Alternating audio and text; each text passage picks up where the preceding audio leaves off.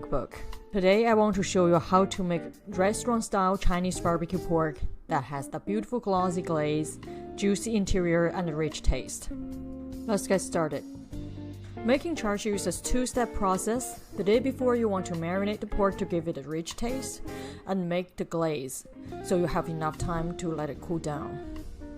Now we're preparing the marinating ingredient by mixing 1/4 cup of soy sauce, 1/4 cup of Shaoxing wine, 1/4 cup of hoisin sauce, 1/4 cup of oyster sauce, 1/4 cup of sugar, 2 tablespoons molasses, grating 2 cloves garlic, adding 1 teaspoon 5 spice powder, a half a teaspoon salt, and some food colorings to give the char siu that red color. You can skip the food coloring if you don't like to use it.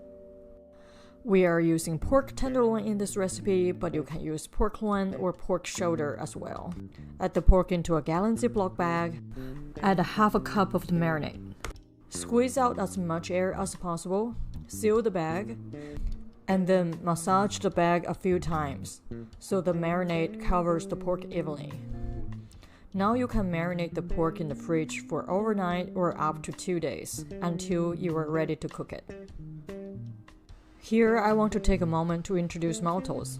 Maltose is a super thick syrup that is commonly used in traditional Chinese cooking. It is the ingredient that makes the glaze extra thick to give the pork that glossy look. You can see that maltose is very hard in room temperature.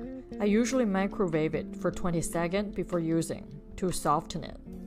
Now we are using the rest of the marinade to prepare the glaze. Add the marinade into a small saucepan and then add 2 tablespoons maltose. To make the measurement easy, I usually grease the tablespoon with a very thin layer of oil.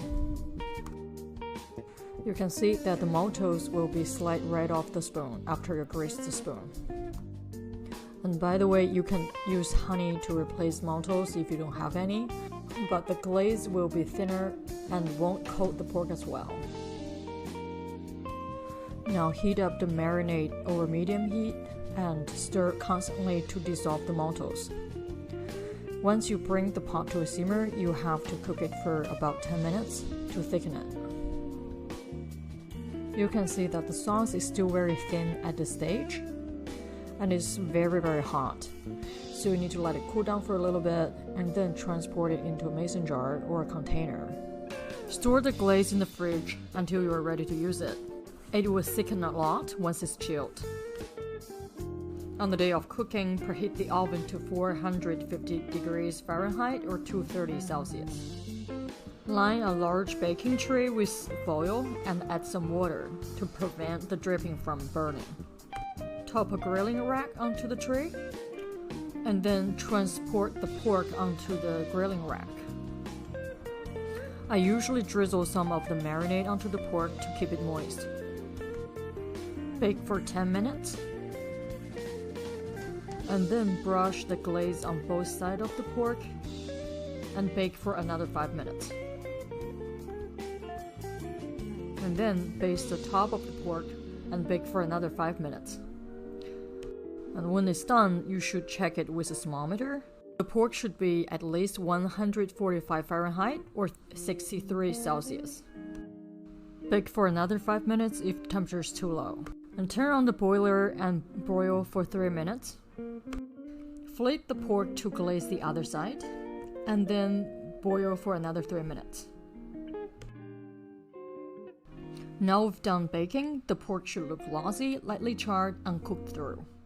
Now the pork is done, brush it with the rest of the glaze, cover loosely with tin foil, and let rest for 10 to 15 minutes before serving.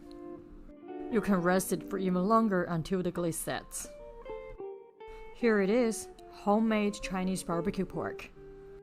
It has a glossy glaze and juicy meat and a rich taste. You can serve it hot over steamed rice as a main course or serve it cold as a cold appetizer. I hope you enjoy. If you have leftovers, you can make it into fried rice, fried noodles, and even char siu gravy. Check out the recipe by clicking on the link on the right side of the screen. If you liked my video, don't forget to subscribe.